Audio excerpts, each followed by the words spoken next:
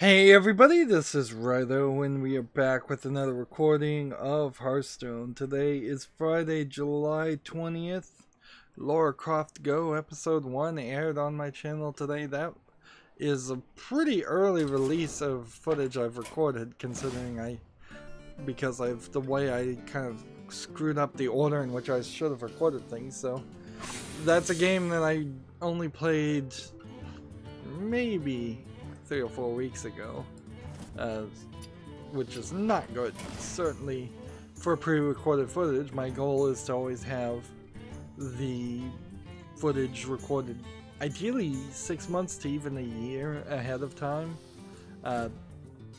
since pre-recorded footage is always or almost always very old games anyways. It usually doesn't matter. I did a little work on this CSS. Sometimes I actually do some work, and so the chat now is a little bit more visible, I think, which is good. And then as far as Hearthstone, I guess we need to play Warlock and spell cards. I'm not even 100% sure I have Warlock decks. I don't need to do this Tavern Brawl. The Tavern Brawl and the way you got the fireworks seem to work inconsistent with, well, it worked in conjunction with every account. So my Asian account got all the wins that the European and America's account got, and vice versa. So I played more than enough to get the largest fireworks for whatever they are worth. Yeah, I just need to see if I actually have a Warlock deck, and if one assumes that the Warlock deck has some spells in it, that would be nice. So yeah, Zoo Warlock, might as well play ranked. Let's begin. We've got a ton of news. A lot of games came out this Friday. I don't know exactly why. Story-wise, though, as far as actual, otherwise, like news, that there doesn't seem to be too much of a controversies coming up in the past couple days, which is kind of nice. Kind of nice to have even 2 days in the video game world where there's not some kind of controversy coming up. So I will say that the co-optional podcast happened, and it had Jenna Bain, the widow of Total Biscuit, come out and sort of address the Rihanna Price mess with Rhianna Pratchett and another female writer who are not related, and so they gave their thoughts. I thought it was a much more balanced opinion on the situation than what I've been seeing from the mainstream video game media.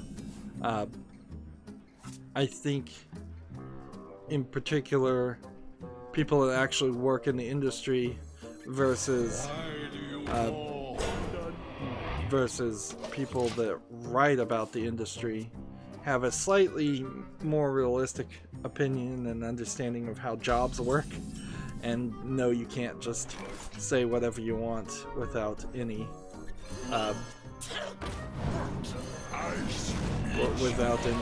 repercussions. In a weird way, that whole mess actually is I think a good step for society to show that people never could get away with saying whatever they wanted without repercussions in society, and they never should, never will. 200 years ago, it was a nasty time, but there was a lot of fake politeness going on because of this exact thing. People knew that you don't speak out of turn or get into fights because rumors will spread about you, and you are 200 years ago you would be in some small village somewhere, and it wouldn't be so easy to move and not have that follow you around.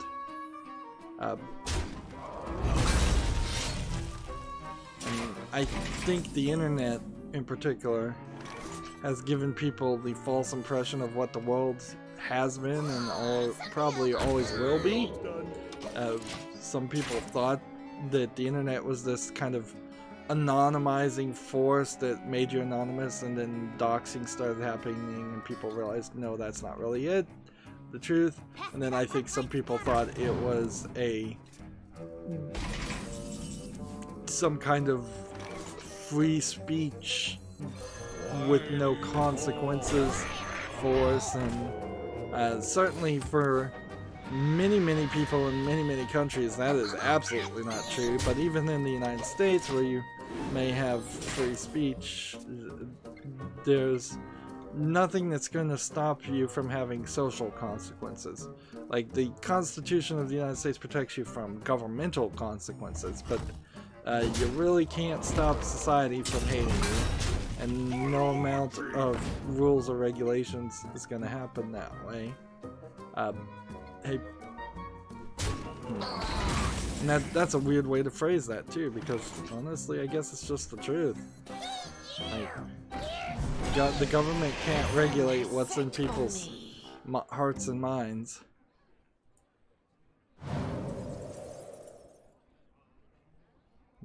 Sure, send the little guy. But I don't want to get too much into that. The Co-optional podcast doesn't really go into the Forbes article, so I wouldn't be surprised if it was just recorded a little bit early, or maybe she's taking a week off. There's the Forbes slander piece, which is basically all I can call it, on Total Biscuit. I feel like had more of a direct would like to hear more of a direct response about that from Genevieve. But they didn't really cover that. As for the rest of the Co-optional podcast, nothing really happened there. So, and I'm certainly not going to get to the point where I'm just reporting every week on what they say on that podcast. Because if I started doing that, then I'd also have to report like the Podquisition with Jim Sterling, literally not talking about video games at all, is on some weeks. Or the Giant Bomb cast or the Giant Beast cast, which also I don't want to talk about. Giant Bomb has turned 10 years old. It's their anniversary. They've changed their logo to remove the bomb, and now it's just this boring looking GB logo. I at first, when I saw it on YouTube, thought maybe YouTube had forced them to remove the bomb logo. Maybe there was some backlash there, but it seems more like it's just a site-wide decision,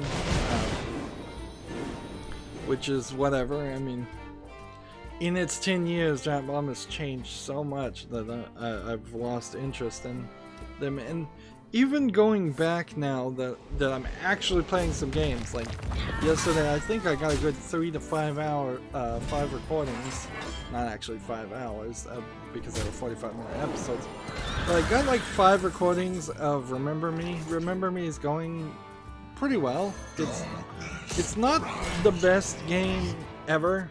It starts off on a very bad premise in which they wanted to have way too many cutscenes, and it feels like there's just not a good producer, editor, person in charge to say, no, look, we can't put 60% of our resources into cutscenes. We actually have to have a game here with a gameplay mechanic. And while Remember Me does have this combo fighting system, it's built on this you have to develop your combo or it doesn't count system called the press-in system.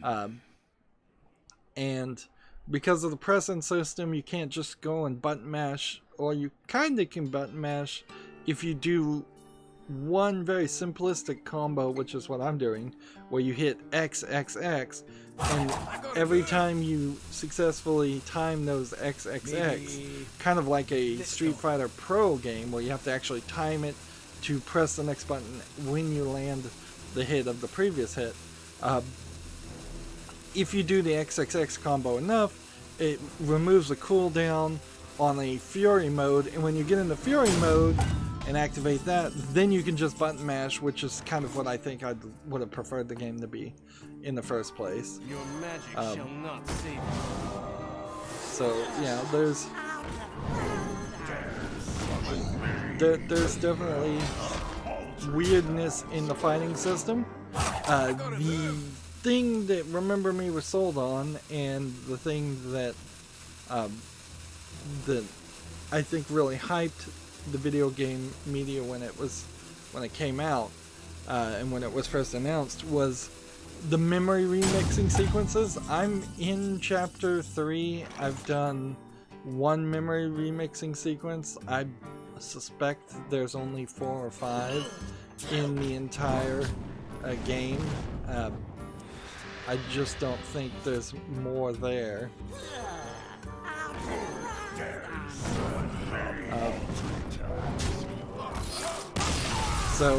So yeah, that kind of sucks. The memory remixing thing also, by the way, is basically the exact same thing that's in Life is Strange. So Life is Strange, I think, kind of does it a little bit better. They took that concept and they worked with it more. However, they didn't really have any other gameplay system in Life is Strange. Remember Me really failed, and Don't Nod was probably going to go out of business, but they got lucky and were able to make Life is Strange, and Life is Strange has turned around the business for a short time at least. I wouldn't be surprised if it turns out that there's the Don't Nod still kind of fails and goes out of business in the next few years, half decade, I would say, because Life is Strange is really gonna hit. The Twin Mirrors gonna really hit. A lot of what makes Remember Me work is clearly financing and support from Capcom, because Capcom's got its library of graphics all over that game.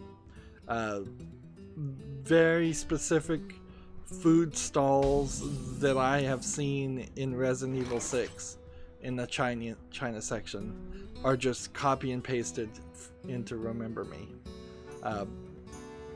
And Capcom seems to be big into that, which isn't a terrible idea. That I think the one main thing that makes it stand out is that the Capcom visual textures and assets that they use often don't look that good. They're flat, they don't have any geometry to them, and they don't really have any shading or anything to make them look like they have geometry. So yeah, they're just not great experiences.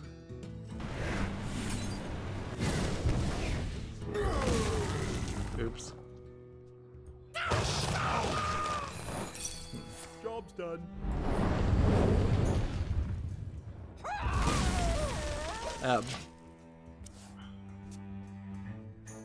I think they kind of are a little bit tonally off the base, frankly, and Remember Me too. The main character has the ability to change people's minds and memories, which basically is a forcing of yourself onto another person with your will that is the closest equivalent to a rape as I could think of. So early in the game, you take somebody who's trying to kill you, and you change their memories, and all of a sudden now they're your best buddy. And of course the entire game is hovering over the thought that maybe that's happened to you and you're being tricked into doing something, and that your friends are actually not telling you the truth. Unexpected. Or your friends aren't actually your friends. But in general, not a lot of things to complain about it. It's a very, very pretty game. I half wonder if maybe they should have gotten rid of the combo system and just used QuickTime events and gone with all the cutscenes, because you see a cutscene every 5 seconds in that game.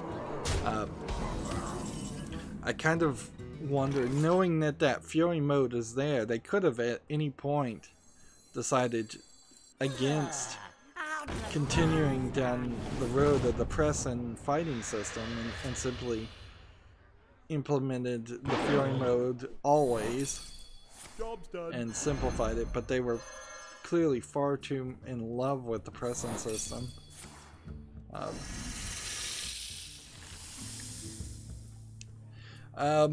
I guess I'll have more to talk about as far as Remember Me later on. I want to burn through that game, and I think I will pretty well. It's probably been the first game where I feel like I'm starting to get out of that rut that I've been in, where there's just been a lot of days where I haven't recorded when I should have recorded. So I'm hoping we can get out of that. One of the things I've done is through the Prime Day sales. Let's switch over and see this Warlock deck instead first. Through the Prime Day sales, I got a remote controlled outlet set that is from this company. Let's see what it's called. It's ETEKCITY. E-Tech City. Basically, these are very cheap, don't connect to Alexa or anything like that, wireless outlets. But they work rather well, in my opinion. Whether you have the old version or the upgraded version, I would argue get a nice big set of 5 outlets on the old version. It has 5 controllers, 5 buttons on the old remote, and get a nice big set of 4 outlets on the new remote. Have both of them, then you are probably in a great position to not have any interference, but there probably shouldn't be any interference anyway, so maybe just get the new set completely. One of the main issues with them is you can't plug like space heaters or things that take more than 10 amps on them. They're just, relays are not rated for big things. However, but for me, I plugged into lamps that I had, changed the light bulbs in the lamps from some rather dim setup that I had to a much brighter 100-watt equivalent LEDs. So I've probably gone from maybe I had 100 watts of light in my room to now I have about 400 watts of light in my room, coming from it probably a little bit more than that. So it is so bright and white in my room right now that even in the middle of the day it feels like it is midnight outside. With my blackout curtains that I use, the light inside this room is overpowering the light that leaks in from the edges of the curtains, which that is kind of great. And I'm hoping that will be some sort of light therapy for me, you know, help give energy and just help me stay awake and be more energetic in general, which is always a consistent problem, and it might help with my insomnia a little bit also. Since I had another outlet, I plugged in a HEPA filter, so I'm gonna that I had, but I hadn't been using for the past few years. So I'm gonna start using that when I'm not recording to try and filter out allergens and dust, which certainly could improve my health a little bit too. Generally, just trying to improve my health to make my body more likely to function the way I want it to. When I want it to.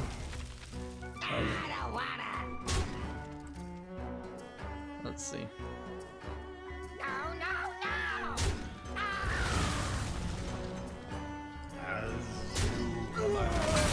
But we need to cover news, and I've been just rambling. So, first game on Steam we have is called Blacksmith Dark Times. It's an early access simulation game. It looks like it's a Unity flip for the most part.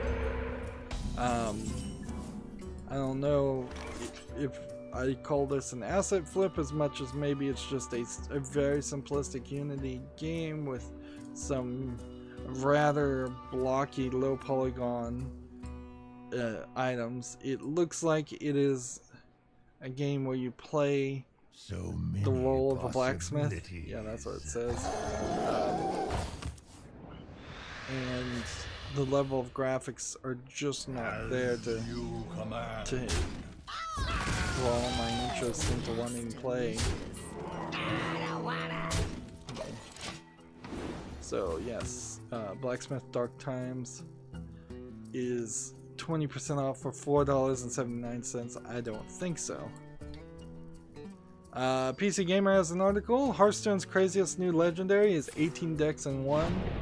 The Whizbang, the Wonderful or Wonderfoot is a legendary card. It's 4 mana, 4 attack, 5 health, and you start the game with one of Whizbang's wonderful decks. So if you have this card that at the beginning of your game, then you will of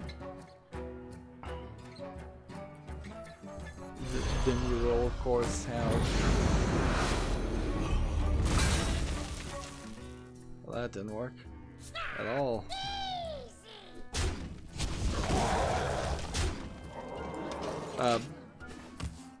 I wonder if you keep Whizbang when you get one of those decks or not. It doesn't really matter too much, I suppose. They are seemingly abandoning start of game as a descriptor. So instead, we've seen cards before that says start of game : and then explains what it does.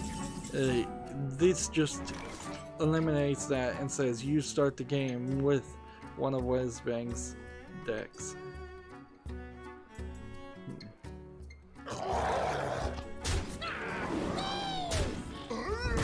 Darn it. Every time this guy takes damage.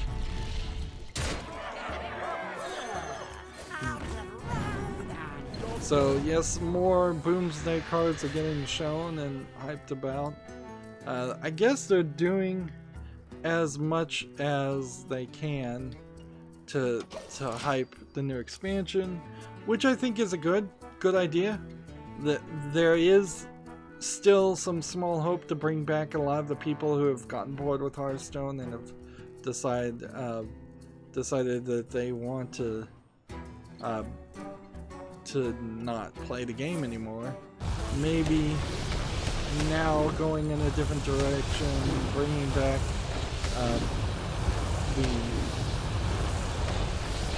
bringing back mechs is a big issue. Adding, hyping it all up might very well catch people's attention and help the player base grow, which I assume is a good thing. Like, I don't have a reason to believe it would be a bad thing to have the player base grow in Hearthstone. Let's see. Next game we have on Steam is called Holonglide, Holonglide. It's polygonal shapes bouncing around in a kind of this platformer runner game with really no graphics. I suppose when you see a game that is made up of nothing but polygonal shapes, you kind of know that they couldn't get an artist and they had no artistic value ability themselves as a programmer, which is exactly the case I would be in. Certainly, if I was to try to make a game, I would totally make a game like Holonglide if I tried to do it all by myself, and that's specifically why I don't do that. Holonglide is 99 cents, but visually it's just not appealing, so even if it plays really well throughout its 90 levels, I don't think too many people are going to want to play it. This is the kind of game that maybe, if it gets really, really lucky, will convince people in a speedrun community to play the game, and thus give it some fame and notoriety because it's a speedrunnable type game. But that's about all I could ever hope to be, and I don't even think that's the case. Generally speaking, when I watch speedruns, I want games that are at least slightly visually appealing, even if they are poorly programmed. PC Gamer has an article, Enter the Gungeon, Advanced Dungeons and Dragons is out now, so here's a trailer. I don't need to see the trailer, but yeah, Enter the Gungeon is now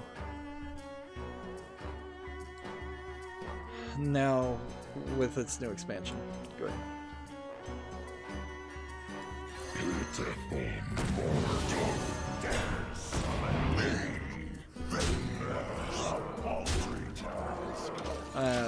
Gamasutra. Gamasutra is a weird website. I realized that. Gamergate, as it's getting closer to the, I'm throwing out that word like nothing. As it's getting closer to the anniversary, 4-year anniversary of Gamergate, which is to argue it is arguably maybe the 3rd-year anniversary of Gamergate not being really a thing. At least a 2-year anniversary of that, I would say. It's coming up on YouTube. A lot of I'm dog fooding or getting dog fed by YouTube's algorithm. You watch one video to get some more information about it, and you just get suggested 20 more videos. And but they went through and listed the exact articles on one video that came out the day all of mainstream video game journalism colluded to write the death of gamers. Gamers don't need to be your main audience. And there was felt like 20 of them. 20 articles on the same day, obvious collusion. Evidence was certainly shown that was the case, that they were communicating and talking behind it, and so ineptly too. Like, if you were gonna do this right, you would have had one site like Kotaku or Polygon write an article, The Death of Gamers, and then you would have all the other sites re-report on that one site. And then what you would do is, when that 24-hour, 48-hour hype died down on that one story, you would have another organization. So if it was Kotaku the first time, you'd then maybe have Polygon write a rebuttal article going that really just agreed with them and went even further, and then you'd have everybody report on that, and you try to drag it out that way. You don't just try to flood it on one day. You're not gonna in one day convince the entire video game audience that they are dead and unimportant.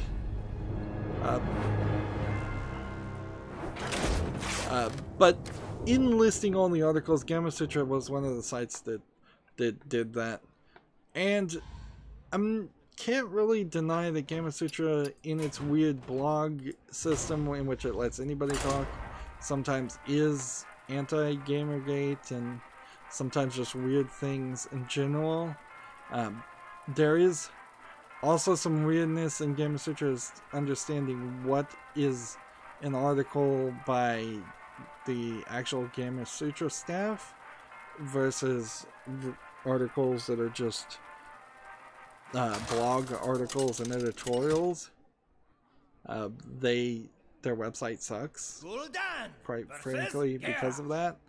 Things are not clearly labeled. However, Gamasutra, unlike Kotaku or Polygon, and probably Rock Paper Shotgun, is also another one that I'm gonna mute and stop listening to as soon as I can double be certain that they're not giving me any news that's important. Unlike those, Gamasutra actually does have unique articles and financial articles. Maybe if I stop caring about the financial news and focus only on really games coming out on Steam, if that's what my audience told me they wanted, I could certainly see muting Gamasutra and not using them as a source anymore. But I'm not sure that's the case, because frankly, I think having more news stories, even if they're just boring financial things, probably is helpful. I'm actually getting information. And just because I may not like or agree with a journalist's body's work in total and 100%, doesn't mean I can't get some information from them. On a side note, there was a story reported by the Associated Press, and I want to make it rather clear, I'm always a second, third-party source type person. I'm not breaking news, I'm not interviewing anybody, I'm not discovering any secrets. So all the news I'm reporting is secondhand. It's going from another hopefully credible, hopefully not lying news source to me, and hopefully I'm then re-reporting it accurately. I try. But there was a story about, I believe, the United Arab Emirates banning 47 games, which it seems like they did. This was a story from the Associated Press, but they said it was because a 13-year-old girl and a 12-year-old boy, I believe, died because of this Blue Whale social media challenge designed to mentally break down people and eventually, as the final challenge, make them commit suicide. Or trick them into committing suicide. And it seems like some of the ways that goes about is by getting them used to the idea of self-harm and depriving them of sleep and basically just robbing them of the mental capacity at the moment to make proper decisions. It came out a couple days later, and I've been a little slow to report it back. In general, I'm very likely to never come back and correct if something is slightly off on any news story, even if I hear about it, because, you know, I'll probably just forget about it. The sun has set for me. But I did want to say, yes, they didn't ban the games because of Blue Whale. They just banned the games, it seems, because they had sex in it. Games like GTA and The Witcher 3. I'm still not 100% sure that maybe some things were lost in translation, and that was said by somebody who wasn't 100% authorized to say that, or maybe it was used as an excuse by some some bureaucrat or politician, and then they came back and said a correction. Like, in the United States, it's not uncommon for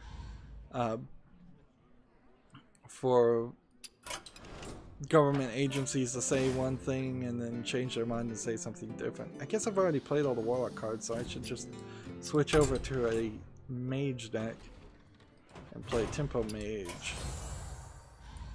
That makes more sense. In the end, the gist of that story, and that was part of my reluctance to even want to correct it, is still the UAE is censoring the games for one reason or another, and yeah, I don't think in countries like that it's as much of a deal as you would think, because I'm not sure that there was ever legitimate ways to buy games in the first place. I would imagine a vast majority of games in the UAE and the Middle East are pirated and then fan translated and then sold on the black market, just because I bet there aren't stores where you can walk in and buy an official copy.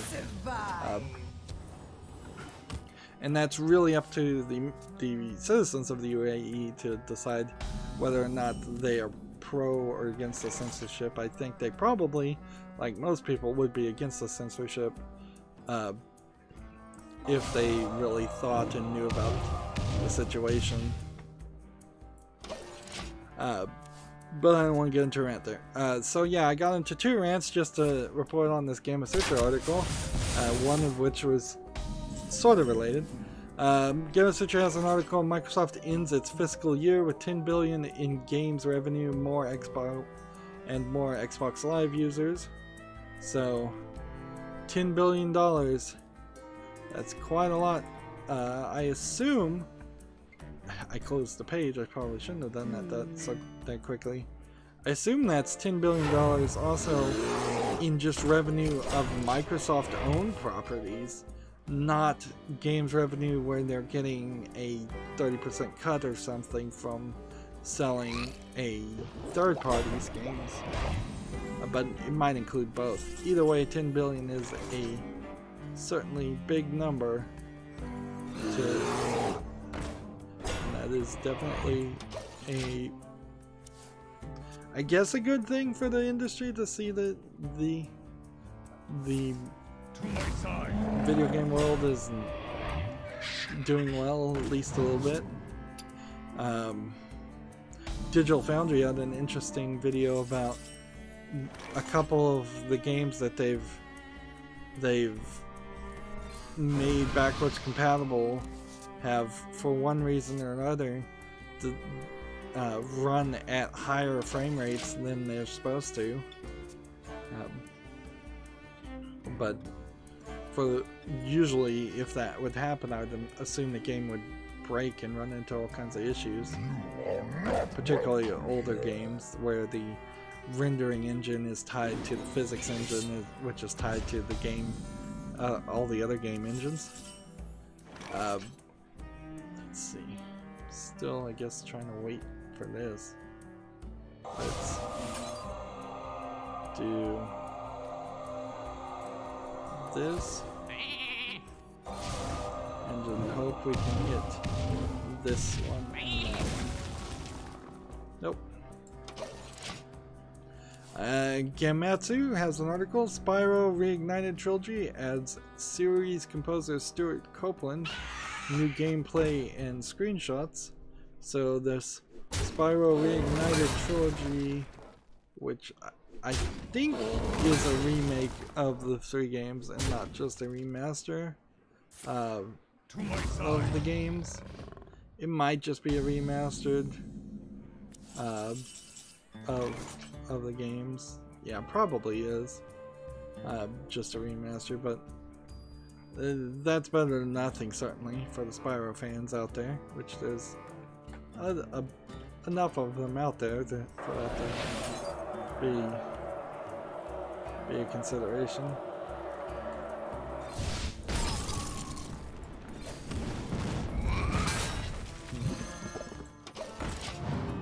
Let's see. Spyro's Reignited Trilogy is due out for the PS4 and Xbox One on September 21st. I don't really need to watch the trailer though. I've never played the Spyro games, but I certainly think that it's probably in that era of 3D platforming Nintendo 64 games where it is, I imagine, good enough to be played. So a remaster, if that came out on PC and I could play it, that would be a target game to try and play. I guess that is something to say about Remember Me, is that since I've never played Remember Me before, just having the opportunity to play a new game is often nice. Let's see. Gamasutra has a video how to build a remote team for better happiness. I'm not sure telecommuting, like if telecommuting was ever gonna work, it probably would work in programming situations, but I honestly don't think it works. Like I feel like there's too many instances of points where it would be really beneficial to just walk over to somebody and talk to them. And then there is also an issue about telecommuting probably works very good for a self-modded, good hard worker, but it works really bad if you're not 100% confident about that employee being a self-motivated, good hard worker.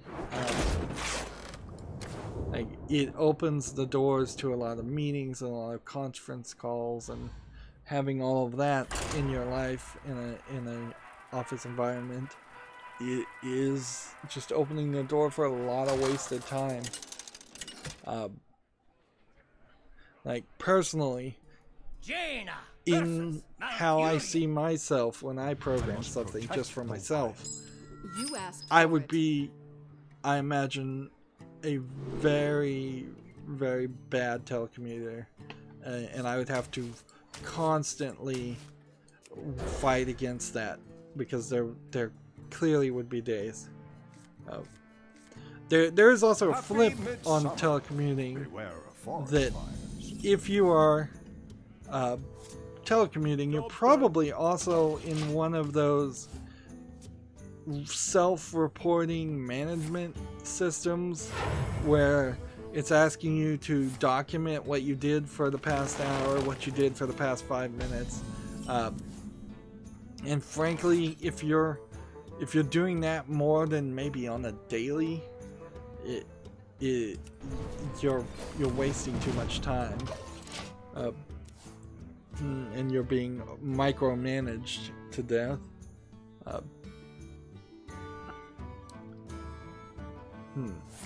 On the other hand, I feel like maybe artists, and maybe that's a damning statement to say programmers aren't artists, but maybe the audio artists and the visual artists could be telecommuting, because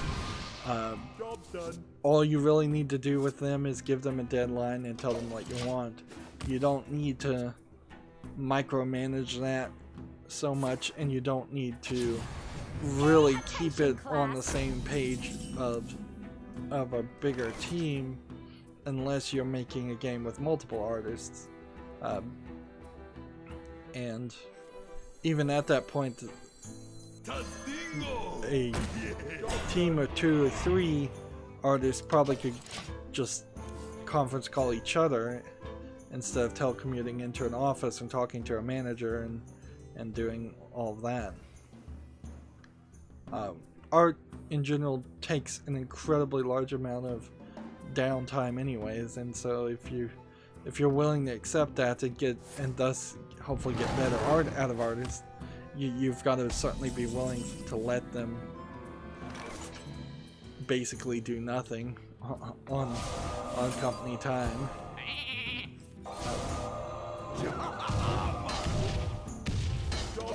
Whereas programmers, at least the idea is for programmers that you should be in front of a keyboard, you should be typing something, you should be working on something, you should be compiling something. And certainly in certain phases of programming, it is just throwing your code at a compiler and finding the errors that it brings up and then trying to fix them. I've given some thought to this, and I don't think I'll really do it, but I've given some thought to programming a program that would have fixed the Alien Colonial Marines bug, or found it at least by default. It wouldn't be incredibly hard to take every single word that is in someone's code and eliminate and ignore a significant number of symbols and words that are just common. Ignore the comments, and then take every variable name, every object name, every function name, and put it in some kind of visual depiction of sort of an alphabetical order, and then start applying some just recognitions, pattern recognition onto those. Several basic mistakes that you could make while programming could probably be flagged and shown off that way, and you could make a software that would effectively spell check something while not just running a spell check on code. The problem is code could be hundreds of thousands of lines of code, so if you try to do it visually, it would get too complicated, and it wouldn't really make it any easier to find errors, so it wouldn't be a very pretty program at the beginning. I thought originally, yeah, you'll do like circles of words, and then those circles of words will go one step to other variable names that are connected to them, and they would be circles too. And to have something like that happen, you basically would need a supercomputer. And frankly, it would get just too complicated to read.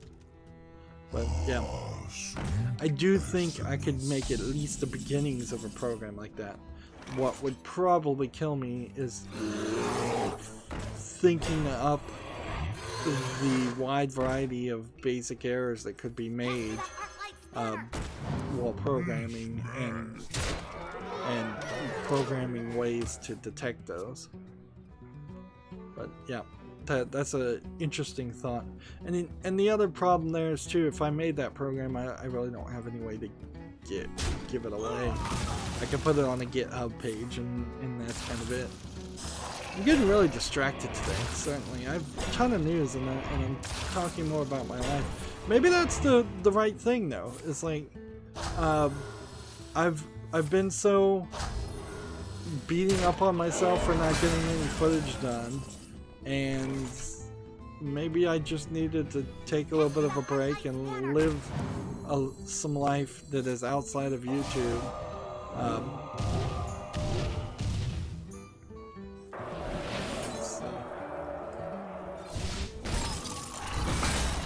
To just recharge my batteries. That could have been the case. Anyways, PC Gamer has an article. Sea of Thieves Cursed Sales brings alliances and the undead at the end of July. The next free update will make major changes to the life on the high seas. I'm not sure anybody cares at this point about Sea of Thieves. Honestly, it would be interesting to go back and look at the hype of Sea of Thieves and see if there was actually anywhere as much hype amongst actual gamers versus just what Microsoft was pushing, and thus what the mainstream video game media was reporting on. That is inherently the problem with these backroom E3 displays and demos of games, and just special access that video game developers give to the mainstream video game media is that they just get hyped about games that the real world hasn't seen and they're not interested in, and I think they get overhyped at a point too. Like, I think it gets I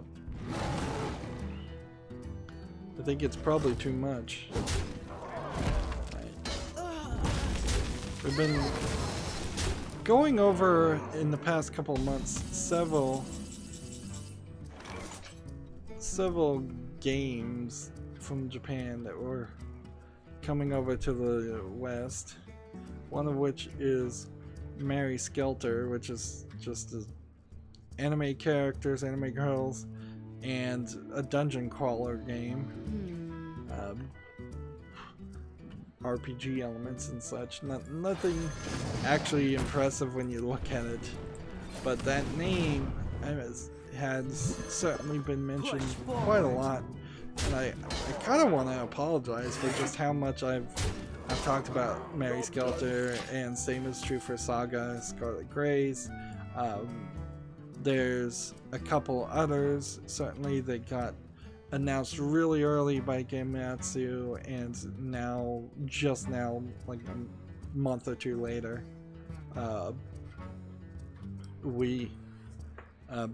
they're coming out. That being said, Mary Skelter Nightmares is out, and right now it's 100% positive with 13 user reviews. I think if you are willing to play a dungeon crawler with RPG mechanics, this might be the thing for you. If you don't want to do a visual novel but you want to see anime characters, this might be the thing for you.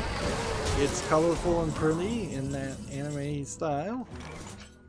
Some of the enemies look like they might be 3D, just like bad, cheaply made characters, which arguably it's possible this is like two games combined, in the sense that one of them was like, one game was half developed and then they merged it with a visual novel to make it look prettier, or you know, it could have just been two different teams.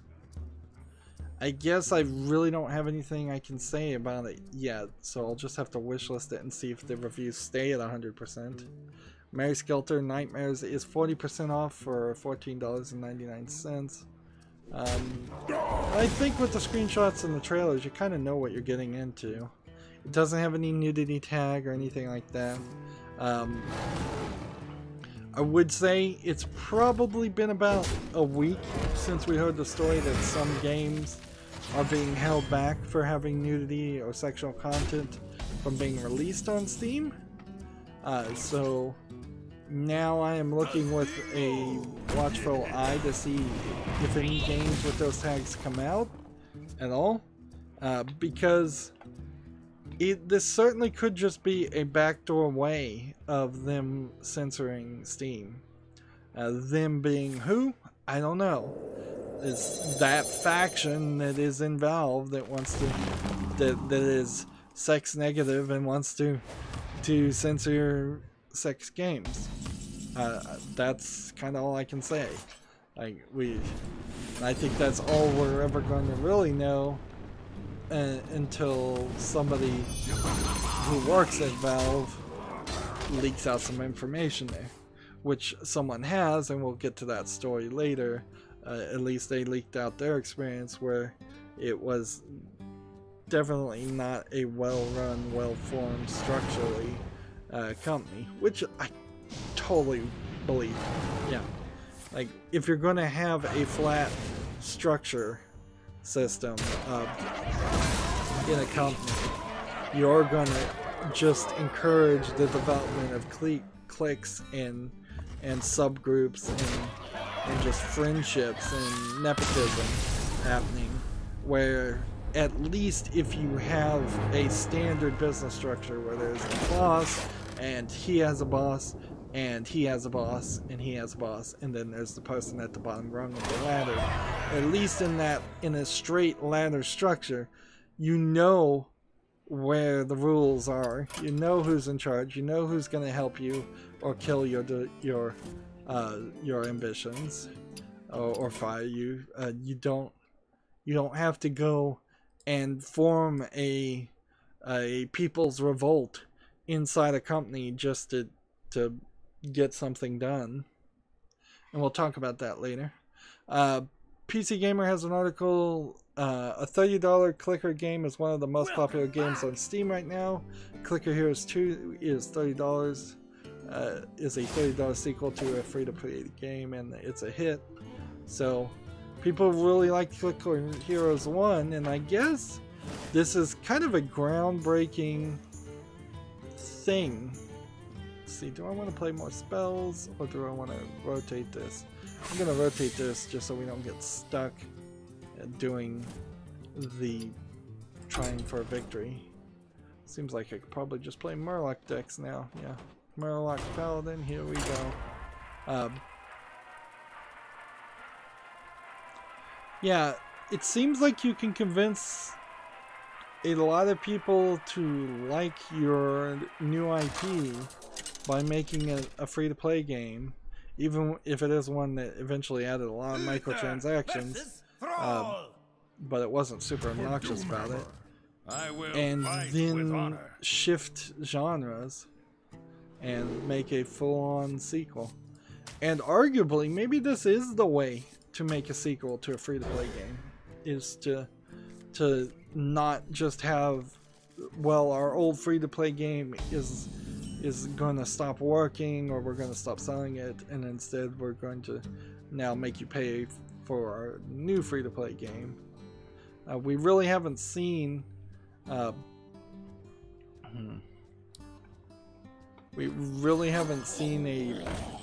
example of a free-to-play game have a successful sequel that I can think of. One of the quotes here on PC Gamer is, if games like Diablo and Borderlands are loot treadmills, Clicker Heroes 2 is a loot conveyor belt that leads right into your face. It's the video game equivalent of a bottomless bag of potato chips that you don't even have to reach for because the chips are conveniently shoved into your gaping pie hole. So yeah, I could certainly see, just in seeing the little screenshots, why people would like Clicker Heroes. It's a great looking game to probably just relax and not really have to think about things and just click to your heart's content. Of course, with somebody like me who has arthritis in their hands, clicking over and over again is not something that I like. In playing Remember Me, there's one section where you have to tap the B button over and over again, and I'm like, seriously, could we do something else?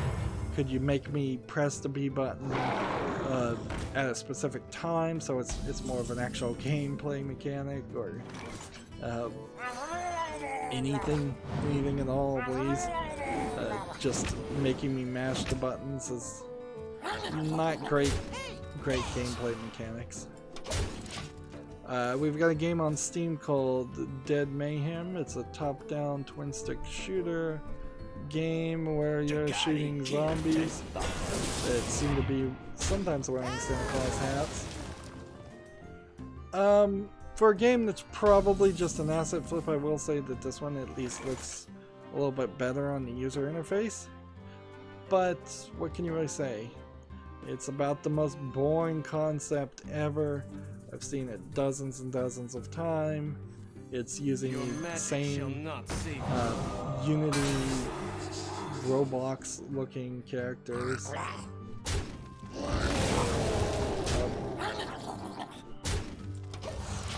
Yeah, there's nothing really to say about Dead Mayhem. It's 40% off for $7.19. I don't think it's worth that. Maybe I wouldn't have so many things to talk about had I actually filtered through the video game list. Maybe I'm gonna have to start doing that as a you must filter, or it's gonna take too long. Particularly in this instance, because we are making progress towards our European account already, and it's just now been an hour.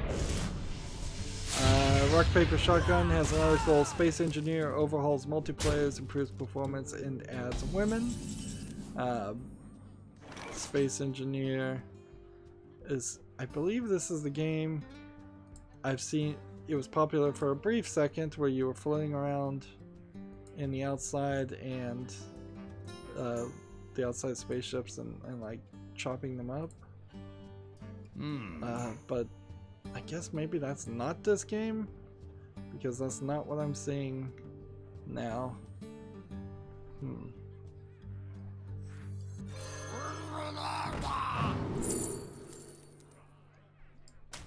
Let's do this, I guess. Reporting for duty. Keep on playing.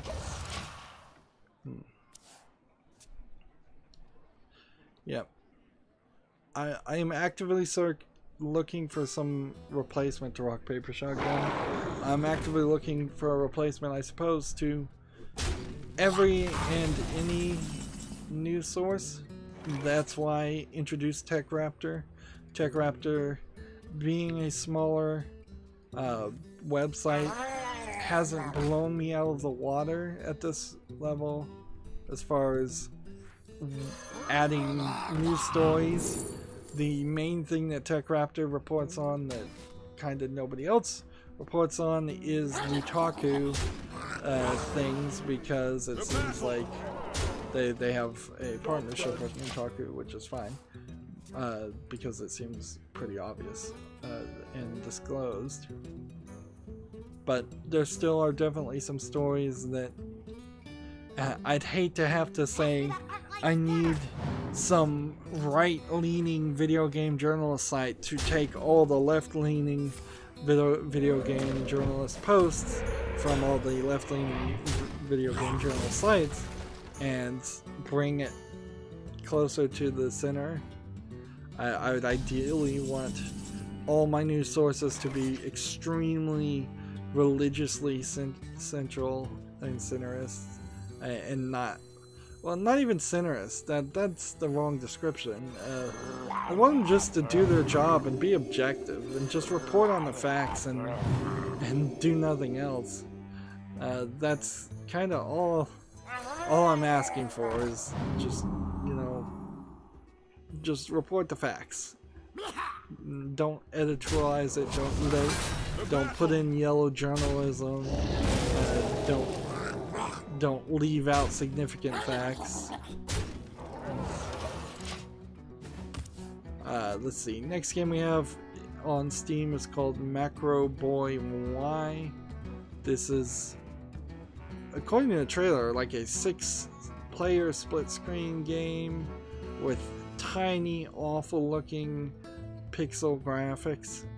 Let's see, how much is it for? Early access, 20% off for $3.19. Like, even the trailer looks awful. And I don't even know what kind of game it really is. It says it's an action casual game. This fast multiplayer platform and fighting game. Whatever it thinks it is, it just looks like garbage. PC Gamer has an article. Halo Infinite probably won't have Battle Royale mode. The response, I think, was the only BR we're interested in is Battle Rifle. I don't see an exact reason why you would want to immediately eliminate Halo Infinite from having Battle Royale modes. I guess maybe you say that now instead of the standard "we have no comment at this time" or "we don't comment on rumors and speculation" responses. Is maybe the idea is they actually want to make certain that people don't expect a Battle Royale mode. That could be it, I suppose. Otherwise, I don't think I would have responded. Let's play the spell before we win. I don't think it really ruins Halo as a series if there's a Battle Royale mode, because Halo was so much about the multiplayer modes anyways. Maybe it brings in the wrong audience or brings in the wrong emphasis. That could be the case, like, because clearly Halo Infinite is going to want people to play multiplayer on maps and play the old things like capture the flag and all the other things. Putting in Battle Royale mode might add to that, or it might distract from that. But I wouldn't be surprised if Halo Infinite came out and then a year or two later they added Battle Royale mode. Or they got desperate and they added Battle Royale mode. It doesn't, I think, change the story any, really. We've got someone on the chat saying hola, and he goes, wait, that's not English, sorry, hello. Hello, Isaac H on the chat. And with that hello, I'm going to sort of say goodbye. Stay tuned if you're watching live, but if you're watching this pre-recorded, I'm going to break up the recording right now. As always, I ask you to like, share, subscribe, comment, and watch every second of my videos. If you want to friend or follow me on any social media sites, there's a whole bunch of links down below in the description box. And if you want to support me further, I'm asking people to friend me on Steam and gift me a game. Thank you for watching. Have a good evening.